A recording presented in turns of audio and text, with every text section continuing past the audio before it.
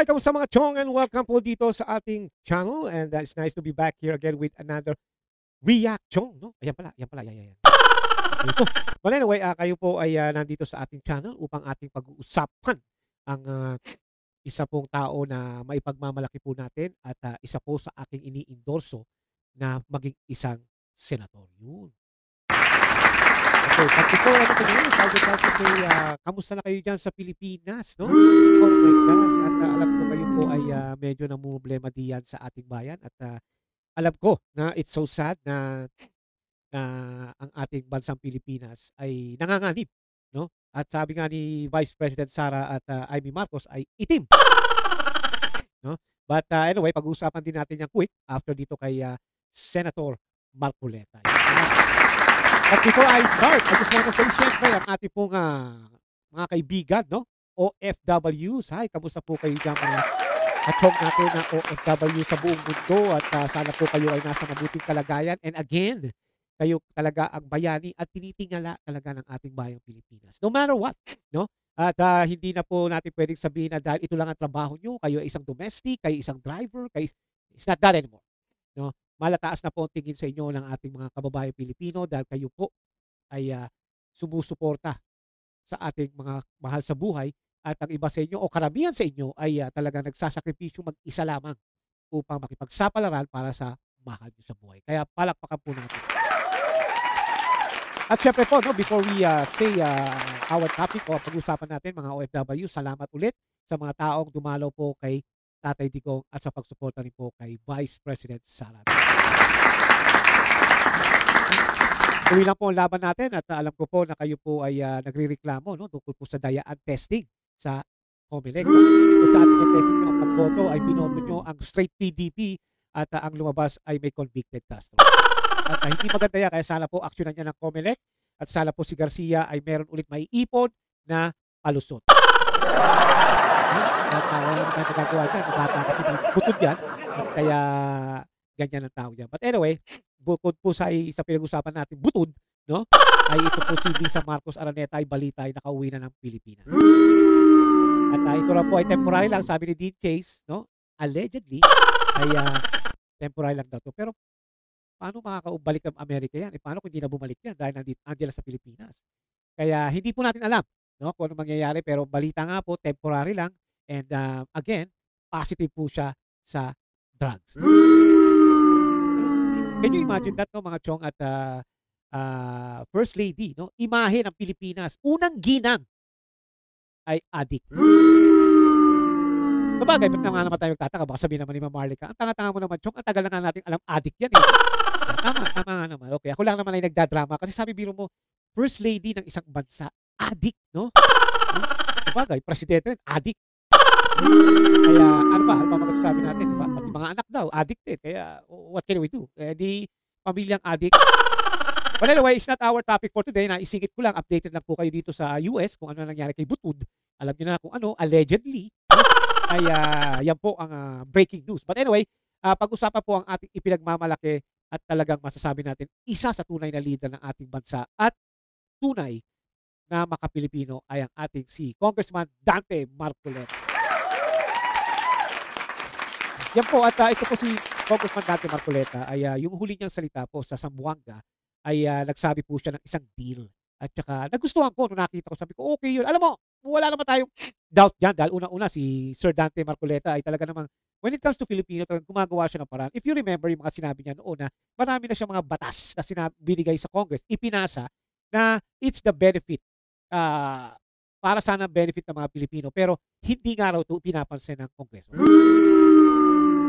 Siguro dahil nga nung nakita ito ng mga leader ng Kongreso na nakita, wala tayong kikitain niyan, lahat ng makikinabang niyan, Pilipino, kaya wag natin ipasa yan. Yun ang mangyayari dyan. Kasi come to think of it, kung ang Congress ay katulad nito, no, majority o almost lahat katulad ni Marcoleta, ay maganda ng ating bansang Pilipinas. Dagdagan mo pa ang Senado. Kung halimbawa katulad niya rin, o katulad ng nila Vic Rodriguez o kung sino pa, di ang ganda-ganda sana ng bansa. Magdaig pa natin siguro Singapore, which is one of the main guy from Korea said na kung ang politika sa Pilipinas ay matino, kaya natin lampasan ng Singapore. Pero wala okay na sana nung panahon ni Tatay Digong, biglang nung si Bangag na, baksak na naman. Diba? Diba? So, parang ang lumalabas diyan, binigyan lang tayo ng 6 na taon na kaligayahan, 'no, na kasiraan tuloy ako.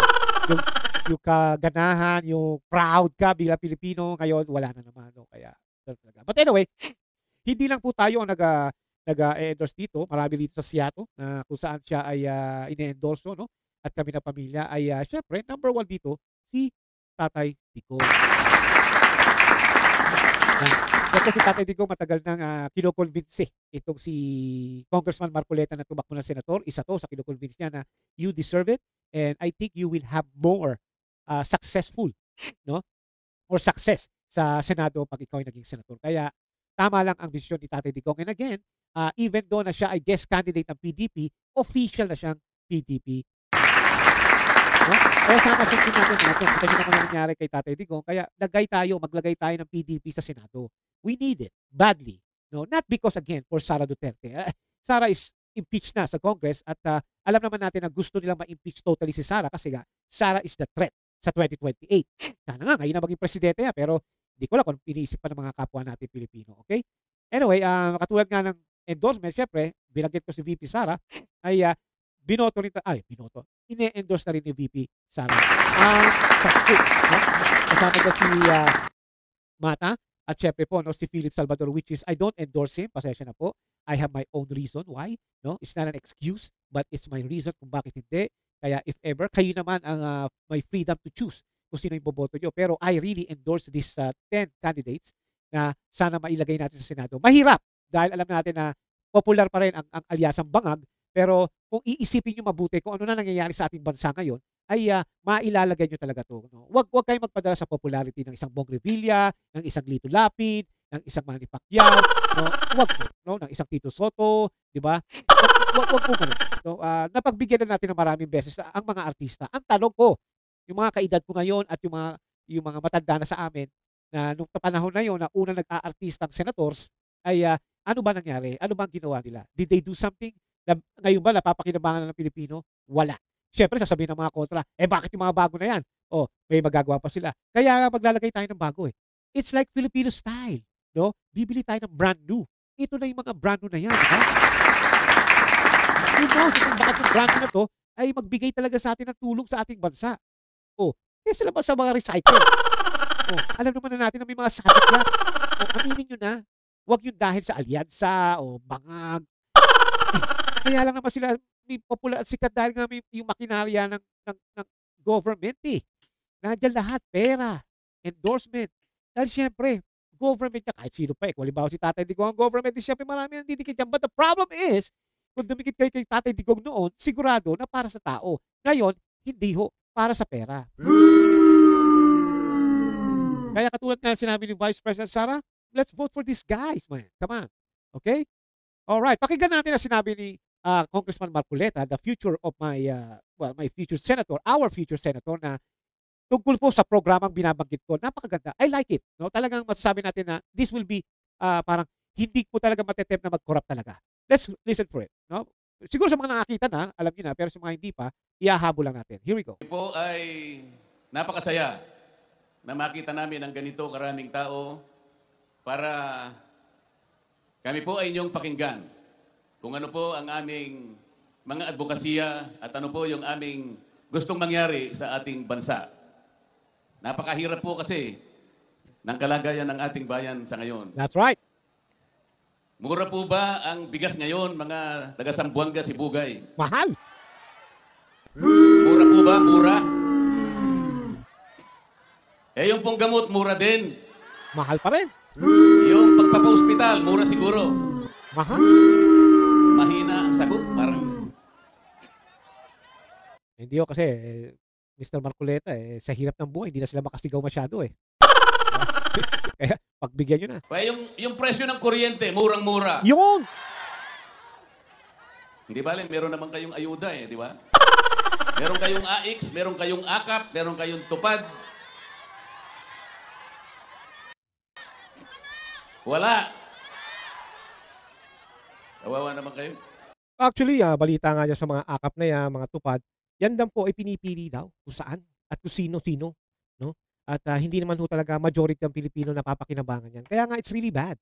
no, kung bakit nailusot to last year, no, which is ngayon nilusot na naman pero nasa korte yata. Alam niyo naman siguro ito kung sa bicameral. But what I'm saying is talagang garapalan ngayon, no. Hindi na katulad ng dati na medyo nahihiya pa, patago pa, no. Ngayon garapalan na. Saka naman nakakita ng congressman namimigay ng pera. Natatandaan niyo yung 2nd District ng Batangas na si Luis Ro? Namimigay ng pera, mamano pa sa kanya. Ganun, wala pong congressman ang nagbibigay ng pera manually sa bawat Pilipino. It should be the department. It should be the executive department. No? Yan talaga ang trabaho, DSWD or yung mga DepEd or kung sino mang mga about finances na mamimigay sa public, mga barangay, di ba? Yung mga ganun eh. And actually, local government ang dapat ang gumagawa niyan. Kaya nagtataka ko, bakit ang Congress namimigay? Kasi nga, mga buwaya. Kasi po, yung mga sa ayuda na yan, 5 klase po yan. Biro mo, 5? Yung original, yun po yung 4-piece. Pagkatapos yung MAIP, ito po yung mga guarantee letters, pampagamot sa mga mahirap. Pagkatapos na-imbento nila yung tupad, na-imbento yung AIC, at yung bagong imbento yung AKAP. Kapag sinuma mo po yung total ng 5 ayuda na binibigay sa ating mga kababayan, ang halaga po niyan ay 194 billion pesos. Ang dapat po na napagsisilbihan na bilang ng mga Pilipinong mahihirap hindi bababa sa 27 million Pilipinos. Ang problema, hindi naman po lahat nabibigyan. That's right. Siguro po, sa tansya namin, wala pang 10% nung 27 million Pilipinos ang nabibigyan. Biro nyon, wala pang 10% ang hindi nabibigyan ng Pilipino. Wala pang 10%. Biro mo yun, ilan bang mahihirap sa Pilipinas? And come to think of it, no? Real talk. Mas maraming mahihirap sa Pilipinas kaysa sa mayayaman or sa middle class. Ultimo middle class, nagrireklamo na sa hirap ng buhay at bilihin sa Pilipinas. Kaya karamihan sa mga kakilala kong middle class doon ay talagang naghahanap na sila ng tulong sa government because nahihirapan na rin sila. Di ba? Kaya siguro, ito yung ginagawang advantage ng mga buhaya para sa pansarili nila. Di ba? Kaya kawawa talaga ang Pilipino. May perang Pilipinas, mga chong. They have money. Kahit pa sabihin na natin utang yan. Pero kung gagamitin natin yan sa tama, I think it's gonna be okay. Ang problema nga, binubulsa. Di ba? Ibig sabihin, may korupsyon. Yup! Pagkatapos, yung pong halaga na binibigay, kinukulang, hindi naman binibigay lahat. Halimbawa, yung AX po, 3,000 yan. Papipirmahin kayo sa isang papel na tinanggap ninyo ay 3,000 pesos, pero pag binigay, kung minsan 2,000 lang, pero 1,000. Sa iba pong mga lugar sa ating bansa, 500 pesos lang. Biro nyo yun mga chong, 3,000 halimbawa per person. Di ba? So, karamihan sa mga yan, ibibigay 2,000, baka nga mamaya 1,000 o 500, pero 3,000 talaga per person. Biro nyo yan. Ganon silang kagarapal talaga. And matagal na yan. Panahon pa nila Cory Aquino, nila Ramos, Erap, nangyayari na yan. Diba? Ngayon nga lang naging garapal, super garapal, at harapan pa. Ika nga, bibilangin pa sa yata sa iyo pera, o ito 3,000. Oops, 500 lang pala sa iyo. Siyempre sa hirap ng buhay ngayon mga chong, tatanggapin kahit pa magkano makuha ng Pilipino, magkapera lang. Wala tayong magagawa dun eh. We cannot blame them. Yun nga lang, if they're really wise at alam nila yung matatanggap talaga nila, ay pwede silang magreklamo. At sabihin, teka muna, bakit 500 lang to? Ay usapan 3,000. Ito, may papeles ako ganito. Dapat ganon. Pero I know, no offense sa mga Pilipinos, lalo sa mga mahihirap, hindi nila talaga binabasa o tinitignan o iniintindi mabuti. Yun ang problema. Kaya nga dapat yan, isa rin niya sa gawing programa ng Pilipinas, ng government, na i-educate natin ang mga Pilipino o how to apply. Diba? Yun ang dapat ngayon. Pero wala nga ho eh. Kasi nga, pag ginawa yan ng mga leader, sila ang mawawala ng delihensya. Diba? Sa ganitong kalagayan ng ayuda, hindi po siya mabisang paraan para tulungan ang mahihirap. Ibibigay sa inyo isang araw lang kayo na maligaya, masaya. Paano yung mga ibang araw? Anong mangyayari sa buhay natin? Wala po. Hindi po yan tool para i-alleviate ang kahirapan sa ating bansa. Alam po ninyo, ang pinakamabuting gawin namin, kapag nanalo po ang PDP laban, alisin po natin yung mga ayuda na yan. Yan ang gusto ko. Kasi ito, sasabihin na ni Congressman, future Senator Marcoleta, kung anong dapat, instead na ayuda. Alam mo, maganda yan eh. Practically speaking, maganda yan. Dito rin sa US, ginagawa yan. No? Kaya medyo hindi maanong corrupt dito. Ang gagawin po natin, ganito po. Yun pong kumukonsumo ng kuryente, 2,000 isang buwan pababa. Pwede na po nating ilibre yun. Alam niyo po, Akalaan niyo yan mga chong, kung mangyari yan, no? Kung mangyari yan, ang marami matutulungan ng ating mga kapwa Pilipino, lalo na yung mga mahihirap. Mahal ang kuryente sa atin. Sabihin na natin yung 2,000 na yan, basic yan, libre na yan. Sagot na ng gobyerno yan, 2,000 na yan sa bawat family. Siguro, mangyayari pag umabot ng 3,500 o 4,000, yun na lang ang babayaran ng Pilipino. But it's a big help. Biro nyo yung 2,000 pesos, bayad na agad ng gobyerno. Kung ano na lang yung sobra, kayo na magbabayad. Pero isipin nyo mabuti. Usually, kaysa magbayad ka ng 5,000, lalo na yung mga nag-aircon dyan. Oh, siyempre sabihin, pambira, laki ng babayaran sa kuryente. But at least, di ba, ay yung 2,000 na yun, it will help you. Instead na malaking babayaran nyo, konti na lang. Unless, ang makonsuman nyo lang is a total of 2,000 pesos, wala kayong babayaran kuryente. Aba, ay daig nyo pa yung, yung solar power. O kaya solar, sabi nila, walang bayad dito, konti lang ang babayaran ko. Ito talaga totally free. Di ba? Kaya kung mangyayari to, sana matuloy para sa Pilipino. Bakit? Kapag ginawa natin yung 2,000 pesos worth of electricity consumed in 1 month, pababa, ang maseservisyuhan natin no less than 27 million Filipinos. Parehas, pare-pareho ang biyaya. Yeah, kasi ang mangyayari dyan, no? Siyempre, una-una, magpaparegister kayo. Siyempre, alang namang hindi. Alang namang bigla na lang. Paano kung kolorum yung bahay mo o yung metro mo? So siguro, mangyayari dyan, pagka ganun nga nangyari, kailangan yung meron ka lang sa pangalan mo yung metro. Halimbawa, Chong, yan ang metro ko. O, i-record na yan, may number na yan, everything. Whatever they want to do. Para pagdating ng buwan, automatic na yan. Babayaran nila Meralco. From Chong, babayaran ng government, automatic 2,000 pesos. The rest, kung may sobra na nagamit mo sa kuryente, ikaw na magbabayad. And it's a big help, guys. Maniwala kayo. Diyos ko, talagang pag ito natuloy, napakaganda at napakasarap ng feeling ng Pilipino. Maniwala kayo, kaya sana iboto nyo to si Mr. Marcoleta dahil, oh my gosh, kasi pwede nyong singilin sa kanya yan pag hindi niya ginawa eh. Diba? Tapos magdagdag kayo ng mga PDP kasama niya dahil pag ipinropose niya ito sa Senate, kailangan niya ng kakampi, co-author at yung mga boboto. Hindi pwede si Marcoleta lang dahil kung si Marcoleta lang ang gagawa nito, kontra naman ng ibang senador, lalo na yung mga nakikinabang sa mga energy company, wala kayong magagawa. Pero kung may mga kasama to na boboto, paktay, masusunod yan. Ngayon, sasabihin na naman ng iba, paano yan? Pipirma si Bangag. Hindi niya pipirma niya, syempre kukontra niya. Yun ang masakit. Yun ang kailangan malaman natin kung paano. Walang korupsyon sapagkat diretso sa inyo. Diretso. Walang makakapagpasikat kasi wala nang magbibigay sa inyo. That's kasi right, ngayon, that's nagbibigay nang nagbibigay. Akala mo naman ang galing sa bulsa nila yung perang binibigay sa inyo. Hindi naman sa kanila yun pera ninyo yun Sa ngayon, bago mag-election, marami ang magbibigay sa inyo. Total, nandyan na yan. Kunin ninyo. Kunin ninyo. O kayong magpapasalamat sa kanila dahil pera po ninyo yan. That's right. Pagkabigay sa inyo, tingnan nyo sila sa mga mata nila.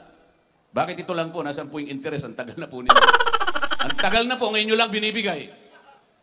Dapat ganun po ang inyong gawin.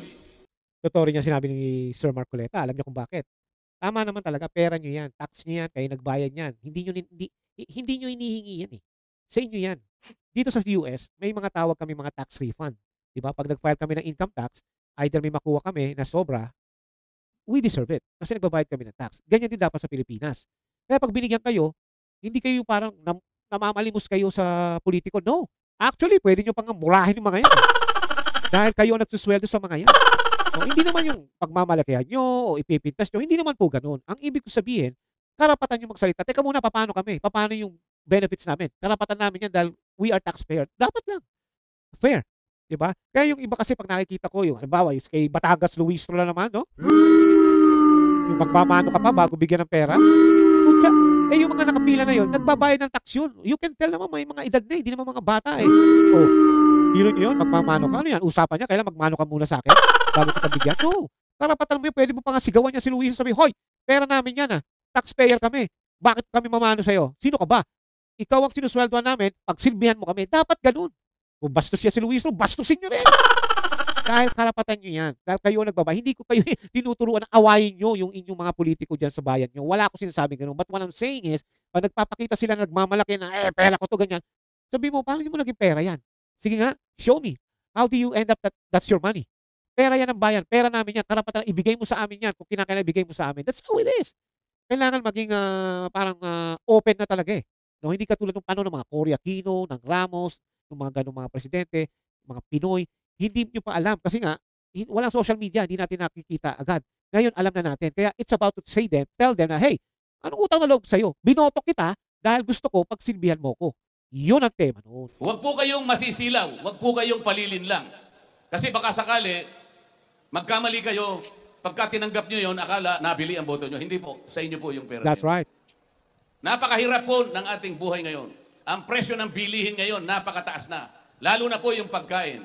Tingnan nyo po yung nag-survey last month. Ang sabi po sa survey, 27% ng ating mamamayan ay nakaka-experience ng gutom. 27%. Napakataas po niyan. Sa bilang po natin na 119 million Filipinos today, ang 1% lang na nakakaramdam ng gutom, mahirap na po yun. Mataas na yun. Pero 27%. Bakit po ganito ang nangyayari? Sapagkat ang corruption sa ating bansa masyadong mataas na. Meron pong lalapit sa inyo ng mga ibang senatoriables. Hindi namin sila kasama. Ang mga kasama ko po ay itong nandito sa likod ko. Pero merong isang team na lalapit sa inyo. Anong pangalan po ng team? Alyansang Bangag. Ano po? O, Bangag Anong nga raw. pangalan ng team nila? Yun, palakpakan po natin ulit.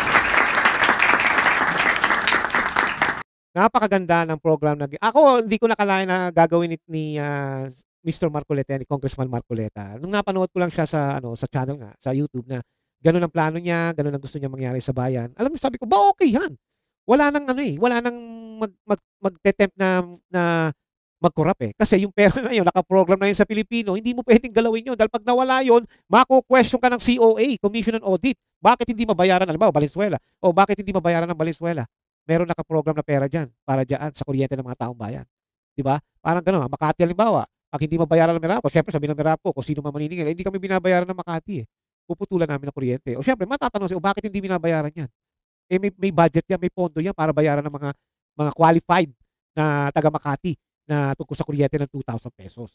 Basically, maganda yan mga chong. Maniwala kayo sa akin. Biro nyo, ang gaang sa inyo yan. Kaya yung 2,000 na sanang ibabayad yung pandagdag sa kuryente, pwede nyo nang ibili ng loan. Or halimbawa, pang savings. O pambayad nyo sa motor. Kaya kung ako sa inyo, ilagay nyo itong tao to sa Senado. Hindi lang siya. Isama nyo yung grupo dahil pag hindi, ay wala rin. Diba? Kaya isipin nyo na lang pong mabuti. Okay? Anyway, tuloy po natin naman. Ito naman itong sa sinabi ni Senator Marcoleta na kapag hindi sila ang binoto at hindi sila nakapasok sa Senado, kawawa ang ating VP, kawawa din kayo. Ano rin? Bahala na po kayo kung anong pangalan nila. Ang importante po, sila, hindi nila ipaliliwanag sa inyo ito kung bakit ganito ang nararamdaman natin. Bakit ganito kahirap ang ating bansa. Actually, nakikita ko nga yung mga kampanya ng mga alyansang bangag, di ba? Si Pacquiao. Pag ako nanalo ulit, wala na maghihirap na Pilipino. Ang bihirap buhay yun. Di ba? Yan yung mga tipong hanggang pambobola, pambubudol lang talaga. Palibasa kasi, yung kanyang amo ay budol nga, bangag pa. Ganyan na nga sinasabi ni Pacquiao at saka yung iba pa. Yung iba, hindi ko na pinakikinggan. Si Pacquiao lang, natatawa kasi ako.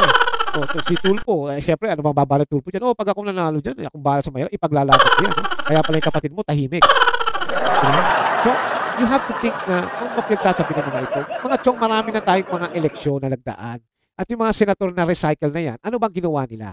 Diba? Wala isa man sa kanila ang magpapaliwanag sa inyo kung bakit nagkaganito ang buhay natin. That's right. At yung team na yon, gusto nila matanggal ang Vice President. Gusto nyo ba matanggal ang Vice President? Pero tatanggalin nila kapag sila po ay mas maraming nakuhang boto kesa sa amin. Tandaan po ninyo, isasabihin namin sa gabing ito.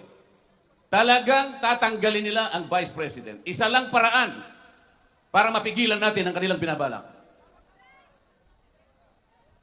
Huwag ninyo silang iboto. Yung team na yun, ayaw na nilang makauwi si Tatay Digong dito sa ating bansa. Gusto nyo ba yun? Mahina. Gusto nyo ba yun? Pero sila gusto nila yun. Pero merong isang team pipigilan yung kanilang kagustuhan. Yun? PDP laban. Yun. Palakpakan po muna natin. Alam niyo mga chong, itong sinabi ni Congressman Senator Marcoleta ay talagang totoo. O hindi dahil sa ini-endorse natin siya kasama ng PDP. Totoo naman talaga. Kasi kung titingnan niyo yung mga programa o yung mga plataforma ng Alyansang Bangag, ay ang purpose lang talaga nila is pabaksakin si VP, tanggalin, i-impeach at para hindi na makalaban. Alam niyo kawawa, kapag nawala si VP sa atin, wala na mangyayari sa Pilipinas. Mahahawakan na nila ang Pilipinas ng ilang taon. Para na naman tayong balik sa Aquino clan kung saan pinahirapan tayo ng pinahirapan, ng pinahirapan, at ng pinahirapan. The next is ang mga NPA besties na mga yan. Kung makikita nyo sa Congress, napakasiga ng tatlong buwang. Di ba? Si Victor Castro, si Topak Brosas, at saka si TikTok Manuel. Napakalakas ng loob nilang kung paano nila sumbatan ng Vice President si Tatay Digong. Did they ever do that nung panahon ni Tatay Digong? O syempre, sasabihin nyo, syempre, panahon ni Tatay Digong eh. Dahil takot sila kay Tatay Digong. Because of Tatay Digong, nawala at humina, almost 90% humina ang NPA. And look what's going on right now. Bumabalik na naman. What if manakot na naman sa inyo yan? Ha? What if marami na naman kayong mga anak na pinag-aaral nyo sa kolehiyo ang mawala, katulad nung dati? Marami na rin ako nakausap niyan sa Batangas na nagpunta ng NPA, na walang anak, pinag-aaral, nagbebenta ng lupa, nagsasandal ng lupa para mapag-aral lang sa kolehiyo ang mga anak. Yung pala nag-NPA. Yung ba ang gusto nyo? Yan ba ang kanyang gusto nyo mangyari sa mga anak nyo? Magaling mambola ang NPA. And the thing is, medyo nag-grow na naman sila. Dahil alam nila, ang bangag administration ay ini-endorse sila. Si speaker nga si Tamba na magnanakaw ng bayan. No? Kinakampi niya ang NPA. Kaya sasabi niya sa mga leak video pinakita ko sa inyo nung una, na sinasabi, hindi naman tayo makakaliwa, hindi tayo makakaliwa. Sabi lang nila yan. But you can tell, yung move mismo, yung movement Sa salita kasi madaling tanggi, di ba? You know that. Di ba? Ano ba tawag doon? Action speaks louder. Di ba?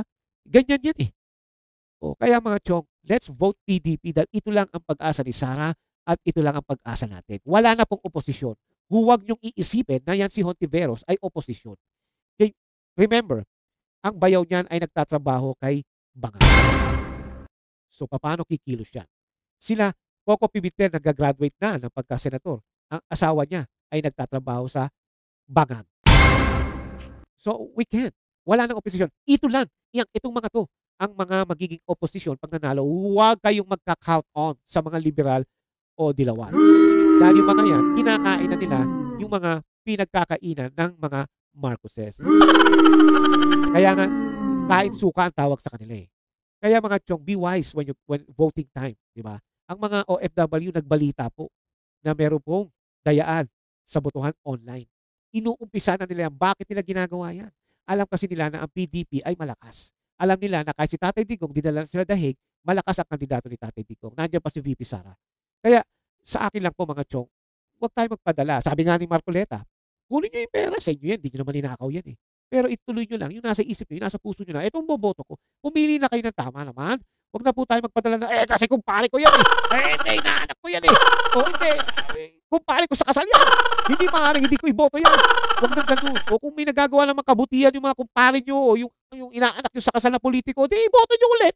Pero kung alam nyo, katulad ni Luis Tro, di ba? Alam natin na tuwad ko niya, corrupt, tagang abogada. Iboboto niya pa ng mga second. Pag nanalo pa sa second district mga chong, hindi ko na alam. Hindi ko na po talaga alam. Dahil talagang dito natin ibabase ngayon You know? At saka yung sinasabi nila na 32 million plus na lumalaki pa ang boto kay Tatay Digong, kay Sara Duterte. Sana po, yung 32 na yan ay mangyari, ilagay nyo sa mga senator para po matulungan natin ang inyong ibinoto. No? Ibinoto nyo kusa si Sara Duterte na may pagtanggol. This is the right time po na may pagtanggol natin ang ating Vice President Sara. Alam naman po natin na wala po siyang ginawang katalantaduhan. Nagagawa lang po yan ng administrasyon na to kung bakit siya sinisira. Alam niyo yan. 125 million? That's the only thing they can say. Pero ang anong masalita nila? Hiatos? Hindi kasi nila alam ang intelligence. Kaya ganyan yung mga walang utak yan. Lalo yung mga vloggers, yung mga BGOM na mga group of morons. Hindi nila alam yan. Yung mga nag-tweet sa X na kesyo ganito lang si Sara or what. Hindi nila alam yan. They got paid to do it. They are paid to say it, to tweet, to X, to post, to vlog. Bayad yung mga yan, mga chong. Alam nyo na naman yan Hindi ko na naman dapat paulitin. Ang akin lang po mga chong, kung alam yung, sabi nga ni Tatay Digong, kung alam yung palpak, ako, si Tatay Digong, kung palpak siya, di wag nyo iboto yung kandidato niya. Pinipilit ba kayo ni Tatay Digong? Hindi po. Di ba? Nasa inyo na yan. Dahil tiwala si Tatay Digong sa inyo. Na naniniwala kayo sa kanya. Yun pong ibig sabihin, na naniniwala tayo. Kaya sana po mga chong, please vote wisely. Bakit kanyo? Sino ba ang kawawa rito na naman? Yan naman po ang ating mga Pilipino. Para po sa kinabukasan ng ating kabataan, ayaw nyo ba nung magboto tayo ng matino? Para sa akin, matitino itong mga PDP na to. Bakit kanyo? Mga bago yan kaysa sa mga recycle. Ayan po. Kaya mga chong, sana po ay nasa inyong mga kamay para mailagay natin itong mga to. Subukan natin. Again, 6 years lang yan. What is 6 years? Buhay pa naman siguro kayo nun after 6 years. At least sa 6 years na to, may maisusubot kayo sa kanya dahil yung mga yan, ano yan, mga re-elect yan after 6 years. May maisusubot kayo sa kanya, sa kanila. Oh, sa recycle ng Alyansa Bangang, ang dami nyo na nga sinusumbat eh. Kaya nga nagtataka ako maraming mind conditioning na sila ay nasa top 12. Hindi po ako naniniwala doon. Maniniwala lang po ako sa May 12 hanggang May 13. Diyan po ako naniniwala na kung ang Pilipino talaga ay umaasa talaga sa survey. Ang survey lang po ay nakakatulong ng konti. Okay? Alright. Well, hanggang dito na lang po at sana po ay nagustuhan yung ating pinag-usapan ngayon at katulad po kay Senator Marcoleta, wag po natin siyang kalilimutan. No? Isasama po natin siya sa Magic 12, kasama po ang PDP. In that way, maganda naman po ang kahihitatan ng Senado. Alalahanin nyo, ang Senate ho ay fucked up also, katulad ng Congress. Hindi nga lang kasi garapal ng Kongreso. So please linisin natin at sila na po ang bahala ang gumawa nun. Okay? Alright, hanggang dito na lang po at sana po, no, nagustuhan yung ating pinag-usapan. Babalik po tayo muli, no? Tungkol naman po kay ating VP Sara, no? At again, just like what I said, VP Sara said, mahalin po natin ang Pilipinas. Dapat lang po atin yan mga chong. Salamat po.